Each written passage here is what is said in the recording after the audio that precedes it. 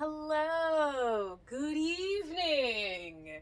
Look at this lovely roaring fire I have here. If this is not the embodiment of what it's like to live in Orlando, I really don't know what is. I mean, Orlando's like this, just a fake fire that is also a heater. So, of course, it's not 80 degrees in Orlando right now. We're actually having cold snap, so I'm like under my weighted blanket. I'm obsessed with this blanket. This was one of the best purchases I made last year, without a doubt. But all day today, actually had a really good day. The beginning was a little slow. I came into contact with some kind of laundry detergent, and I'm like highly allergic to all types of household cleaning products, even a lot of the free and clear and the like supposed to be organic stuff is not necessarily good for me. And so I've been drinking hot lemon water that seems to help like clear out my system. But I still have the it makes my nose run, it makes my skin itchy, and my throat glands get really swollen. It's like because I inhale it, it's like they're doing what they're supposed to do. That's what lymph nodes are for, is to absorb toxins as they come into the body. So my lymph nodes here are doing their job, but they need support. So they told me they needed hot lemon water. So I'm like, all right, we're going to be drinking hot lemon water by a fire. So today is also the second day of Kwanzaa. I didn't grow up celebrating Kwanzaa at all. I didn't even really know anybody. I knew nary person that celebrated Kwanzaa until I moved to Chicago. And then I knew like nothing but black folks that celebrated Kwanzaa. And they were looking at me like, you never celebrated Kwanzaa? And I was like, I don't know. I grew up in the South. And they were like, I don't know, Florida's weird. And I was like, I guess so.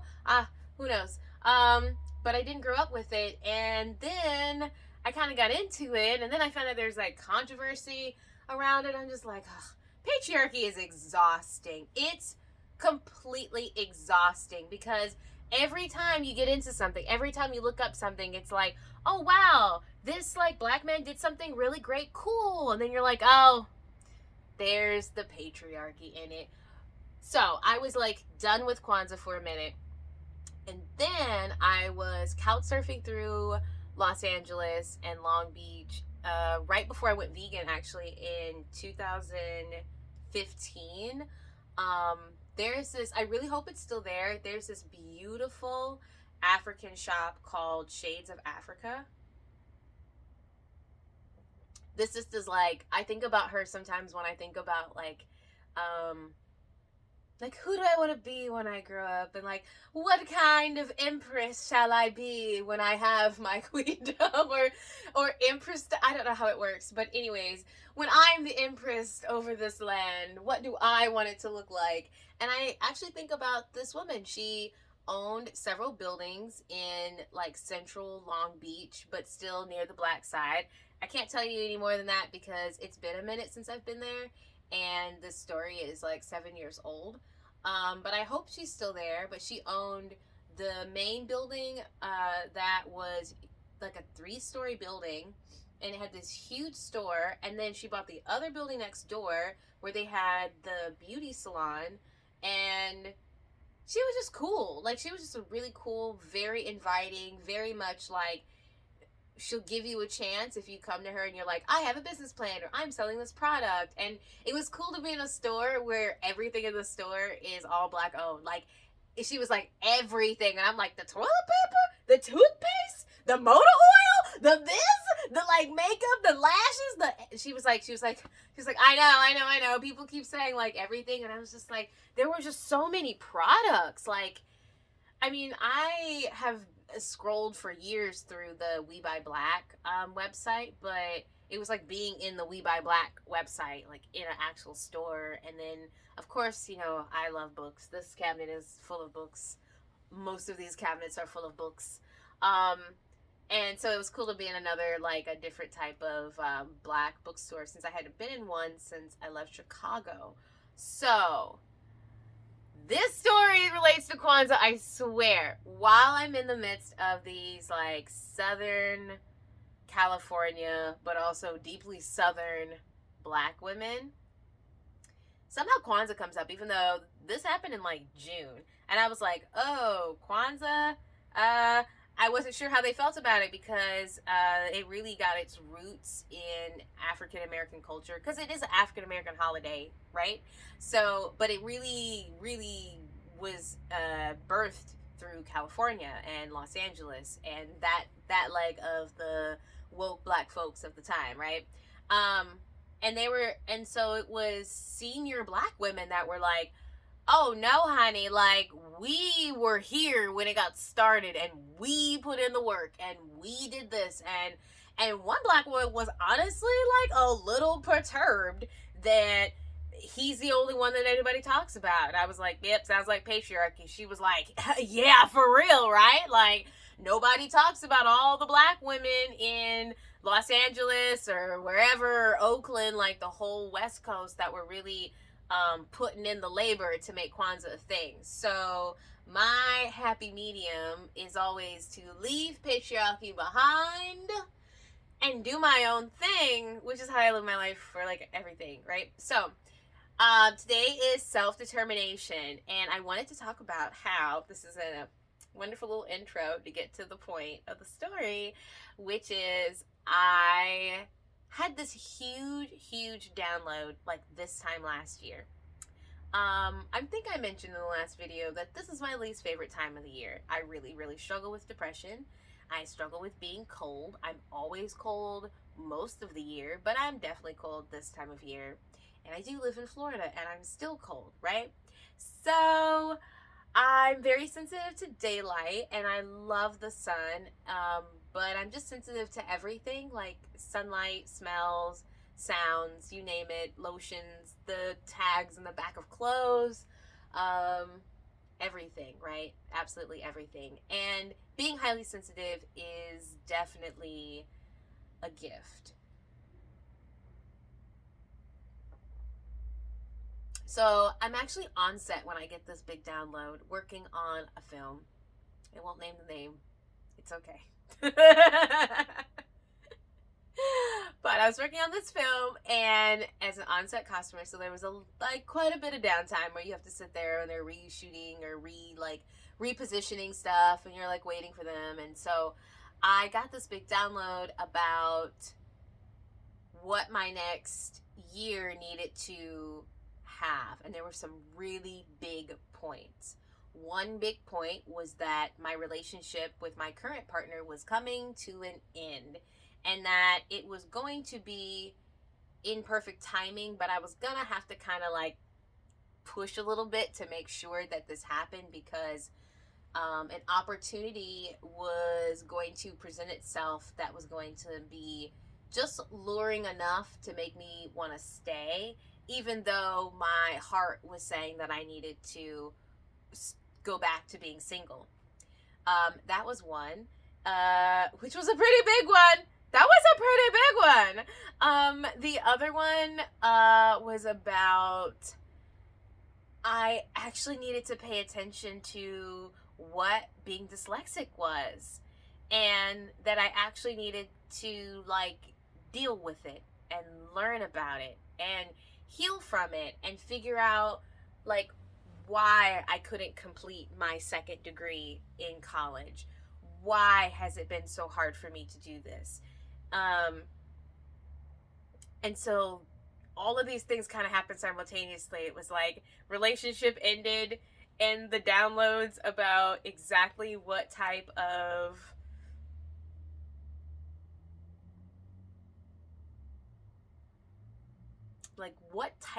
brain do I have? And it takes a lot of introspective time and self-determination to even attempt to figure out like really I've been asking myself questions like how do I learn? And if I figure out how I learn, then how can I learn this? So through this whole journey this year in trusting myself that I had to let this relationship go because a good thing, a good love vibe can turn toxic so fast when the timing has ended. And so I had to step out of it, even though, if you're familiar with the term compulsory heterosexuality, also known as comp het. For the cool kids, it's called comp het. For those of us who are dyslexic, right here, I'm going to need the full word so my brain can comprehend what you're saying. And so comprehensive compulsory heterosexuality, it basically means like you just do it because everybody else is doing it. Everybody else is getting in relationships and getting married and having babies and getting a house and then dying. So you might as well jump on the same train, right? It's already here. Just get on board. That's not the life I came here to live. And I really had to become very real with myself of like, what am I here for? If you don't know what you're here for, then how can you have any self-determination? Because like, why would you like, you have no goals, you have no focus, you have no nothing, right? So I realized that like the relationship was taking too much of my artistic energy, and I wasn't feeding myself enough to then, so once I let go of the relationship, then it was like I had the energy to start really doing all of these deep dive thinkings into my own brain and how my brain works and how to work with myself. That's been the biggest lesson of self-determination. And when I say that my life is not perfect, like my work life is not perfect, I still lose things still break, things are over here, but oh my, just like universe, like just like the sound of like a gong going into the distance. It has made my life so much better. It has made my life so much better. Understanding how my brain does or doesn't, or will or won't, or can and cannot, and have and should not, or whatever the words are, how my brain processes information and how dyslexia affects everything. The hypersensitivity is the dyslexia.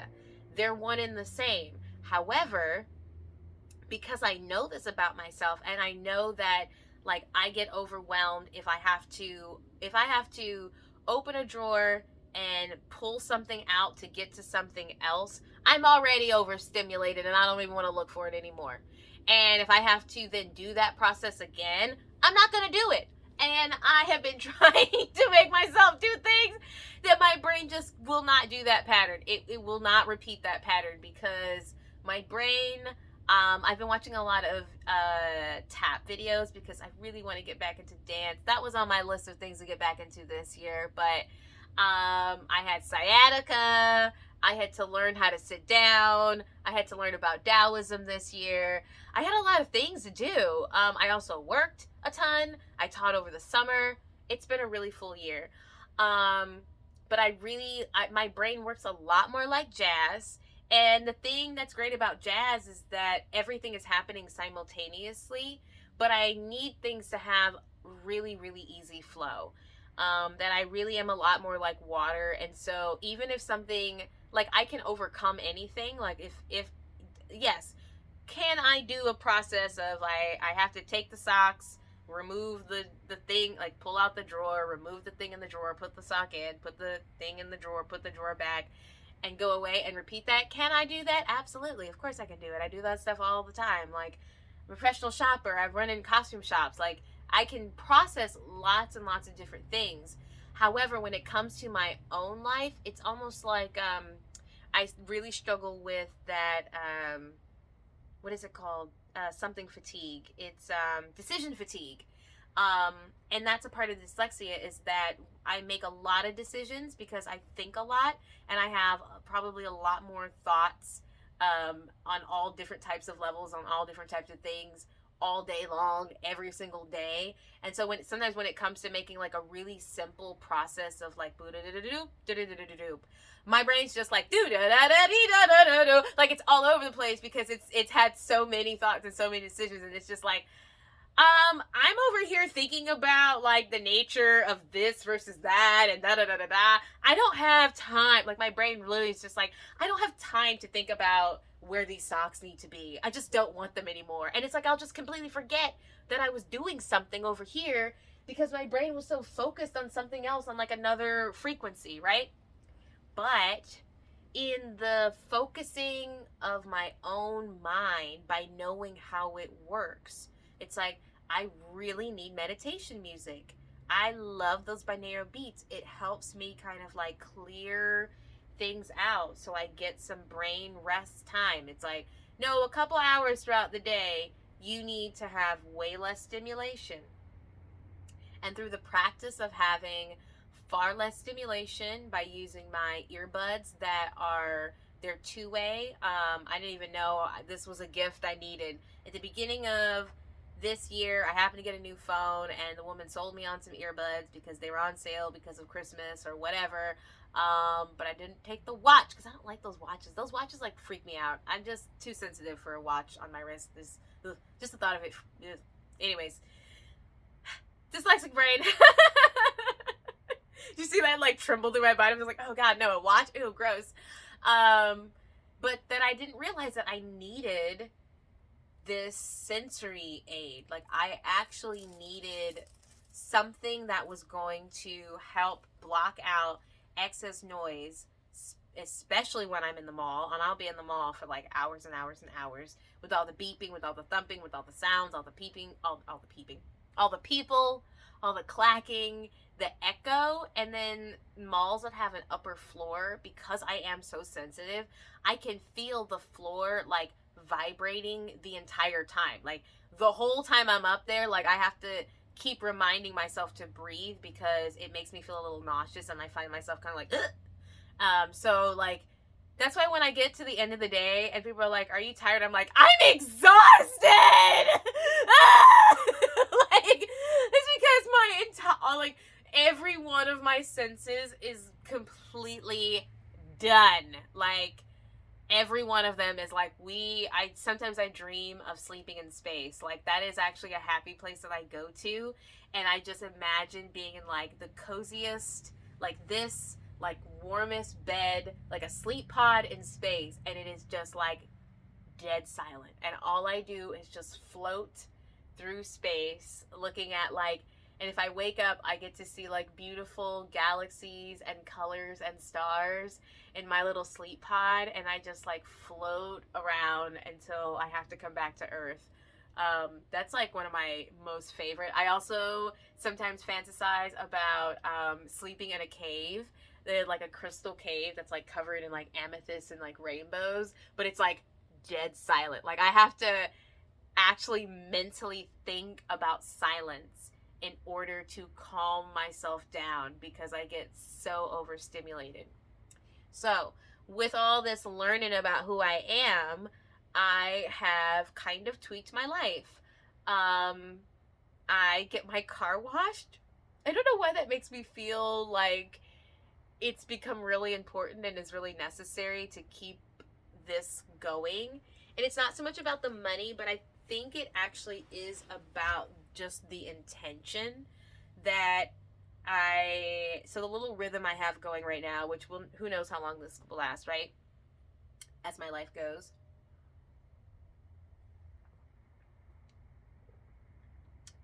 I will put on my laundry at the laundromat and then drive over to get some potato chips and a sweet tea from the corner store because I think all food is good. And I then take my sweet tea and barbecue, thick cut, vegan, because not all of them are vegan. The Snoop Dogg chips, the ones he's promoting are not, I think it's Snoop Dogg. Is it Rap Snacks? I'm getting distracted. Anyways, so I get my chips and I go to the car wash and then I sit in the car wash and it's like a disco and it's so much fun. It's like so much fun. I wish it was, honestly, it could be like 15 minutes. Like I would literally pay for a disco rave car wash with just the lights and my car is just like boom, boom, boom, boom, and like all the overstimulation, but I'm like safe and alone and like warm in my car, drinking tea and like eating chips, going through it. I think it's an idea. I think Californians are into anything. That's one thing that I really love about like LA people. I know I'm getting really distracted again, but like let me just boost some LA vibes for you. I love LA people because they're into anything that is new. They literally will try things that are the stupidest things ever, but I love stupid things. It's like my most Californian trait ever. Like I love products that are just dumb. It's why I love museum stores because it's a store full of dumb stuff. It's stuff you don't need. It's stuff that nobody needs. And it's just like I don't know why anybody even made this a product, but I'm having fun playing with it. I mean, I guess it's like an adult toy store or something. Anyways, so back to the car wash story. So I get the car wash, but then here's where the actual like intention like really comes in. It makes me clean my car. So now I'm getting out all the dirty masks. I'm actually cleaning my carpets. Like every spill between the last time I did laundry, which has probably been about 2 weeks, actually gets wiped up. I actually vacuum things. I get my seats up, and because I spent so much time over the summer, even though my back was out, I was like slowly organizing my kit, which unfortunately it's still. Why is this lemon water giving me hiccups? I don't know.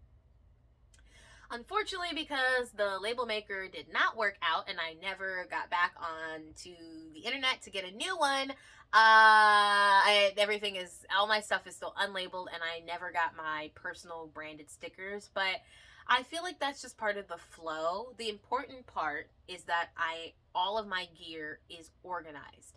I know where things are. I know where I can put my hands on it. And I even have it so I can like take out a piece. For example, if I'm not a tailor on this gig, I take out tailor stuff, but if I'm an on-set person, I put in on-set things. If I am doing like I think I'm going to have to do Greeking is a film term of like covering up logos. Or if I have to do distressing, I will now, which I just boosted my little Greeking kit. I'm very excited. It just got delivered. It's actually in the box that this camera stand is on top of. Yay! Using Amazon boxes more than once because the planet is dying and we really shouldn't be using Amazon.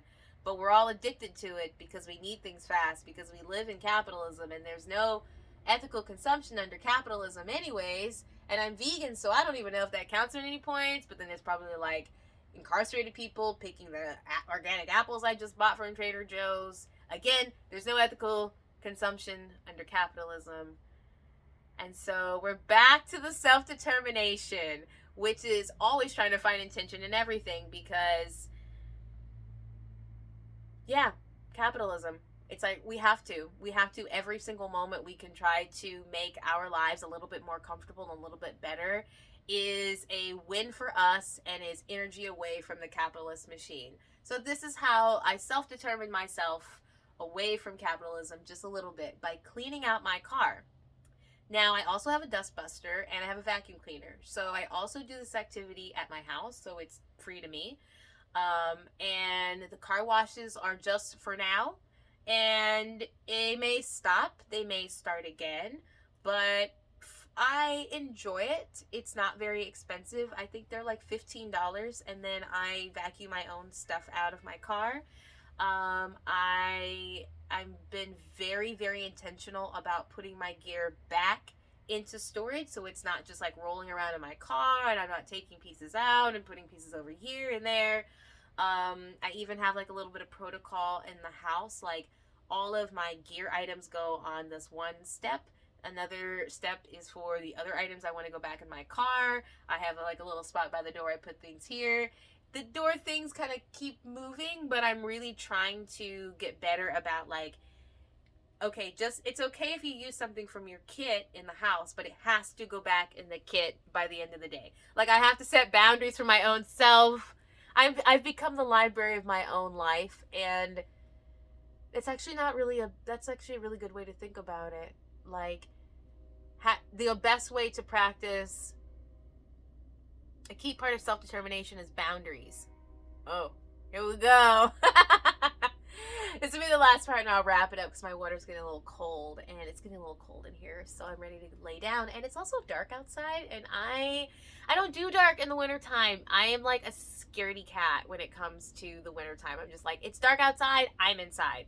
It's light outside, I'm still probably going to be inside if it's not like above 80 degrees. But let's talk about boundaries. So that was a huge lesson I learned this year. And I'll probably talk about boundaries more as the Kwanzaa goes onza.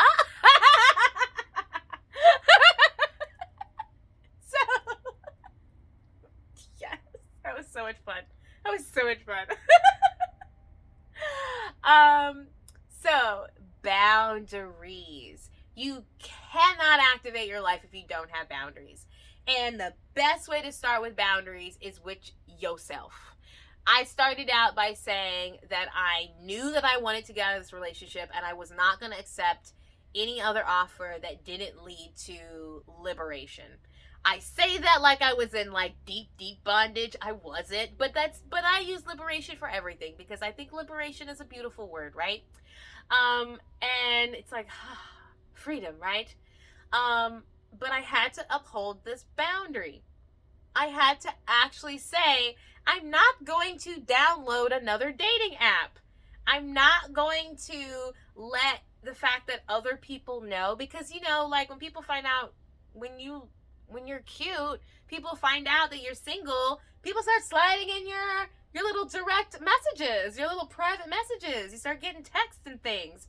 And I had to keep the boundary that no, my back hurts, I'm tired, I want to heal from this last relationship because that relationship came with a lot of baggage. Like, I was coming out of a really toxic relationship. I had a stalker for 9 months. 9 months of the being with this person, I was also being stalked. They were coming out of a pretty traumatic relationship, and I wanted harmony. I wanted peace. I wanted balance. And I was like, none of these people that are trying to talk to me are going to offer me that. They're only going to offer me like chaos and love bombing and just all kinds of just being, it's just going to jerk my chain. That's how I felt. I was like, each one of these people is just going to jerk my chain. And I need to have a boundary that says I love myself more than the hope that something great is going to happen with this other person. I love myself more than this fantasy I'm creating about whatever this going to the springs or going to the beach is going to bring me. That like I would rather just take myself there in love, for love, and drive home in love and lay myself down in love whenever I need to lay down, instead of giving too much energy to somebody who is, chances are they're not going to reciprocate the energy because they're not me. They're just not me. And they can't love me the way that I can love myself, especially not right now. And right now, that is the love that I need the most, is the love that I can really like nurture within myself. Because I have some really big projects coming up, and they're taking a lot of this type of self-care energy to grow really big projects.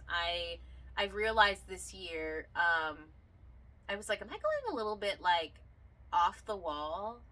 But then I thought, wait a minute, no, this is like every story you've ever read about artists when they are really making the work that they came here to make and really like pulling in all of the stuff you've learned. I mean, I've studied so many different types of art, like so many different types of art, more art than people probably even understand, between all the different types of dance, the different types of visual arts, the puppetry, the building, the two-dimensional art. I mean, I'm even teaching myself like how to make beats and how to do like sound therapy online with music. Like, the art is never ending. This banjo over here is real. I play all these instruments all the time. Like, I've quite a very like vast artistic brain. And so with that, you have to sit with yourself and push yourself to make the art that you're meant to make, which for me is pulling in all of my own resources to make this art. And that has been my biggest lesson of like self-determination along with boundaries, along with keeping appointments. So like someday I love getting physical therapy, but physical therapy is also really painful. And there have been days I've woken up and I'm like, I don't want to go. I don't want to be in pain. Like I don't want to go through that whole like healing process again. And there have been times where I called and I was like, I just can't come today. Can we make it like 2 days from now and maybe I'll have the energy from it? And at one point it was necessary for me to get physical therapy twice a month, and like it was so intense that it would take like it seemed like just when I got over the last therapy session I was like back in it again, and I didn't want to do it. Like I wanted to stop. I didn't want to have to stretch every day. It was so painful to get out of bed and to have to like just to bend over and touch my toes, because that's the main sciatic nerve. Is really, for me it feels like it's from like the top of my head to the bottom of my feet, but it's like I had to do these deep, long, really slow breathing stretches every day, multiple times a day, because my body would get tight. And sometimes it just gets tight because it gets tight. Sometimes it's from driving. Driving was irritating it the most. So it was like every time I would drive, I'd have to like, and at times it was so bad that I even purposefully stopped. I'd be like, you know what, let's get lunch now. I can't do any more shopping or do any more of this because I just have to stretch my body because I need it. But if I hadn't put in the energy and the love and had the boundaries of like, I'm going to show up to therapy, I'm going to stretch every day, I'm going to drink water, I'm gonna figure out if I have a vitamin D deficiency, which fun fact I do, and the vitamin D has been helping. It doesn't cure the sad depression, but it helps it a lot. It also is like done something to my skin too. I think vitamin D helps build everything. And so I think I need a little bit more of that. Maybe that's why I feel like I look so like to me, one of the biggest dysphorias that happens this time of year is that I feel like my skin color changes, and I don't like that. And taking the vitamin D, it seems like my skin tone has remained the same from even the summer. So I'm like, maybe it was dysphoria. Maybe it really was real. I don't know, but I think dysphoria is real because I'm a Pisces and everything is real to us because everything's an illusion, but then everything is also real. So I think I said enough about this day, and my lovely fake fire is still burning. I'm going to take myself to bed. It's so late. It's 7 o'clock. I can't believe I'm still awake.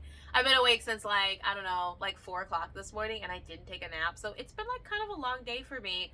But a good day. Just living in the house and loving. Yeah. So here we are. I will see you again. And yeah. Goodbye. Oh, I'm so short. Oh my gosh.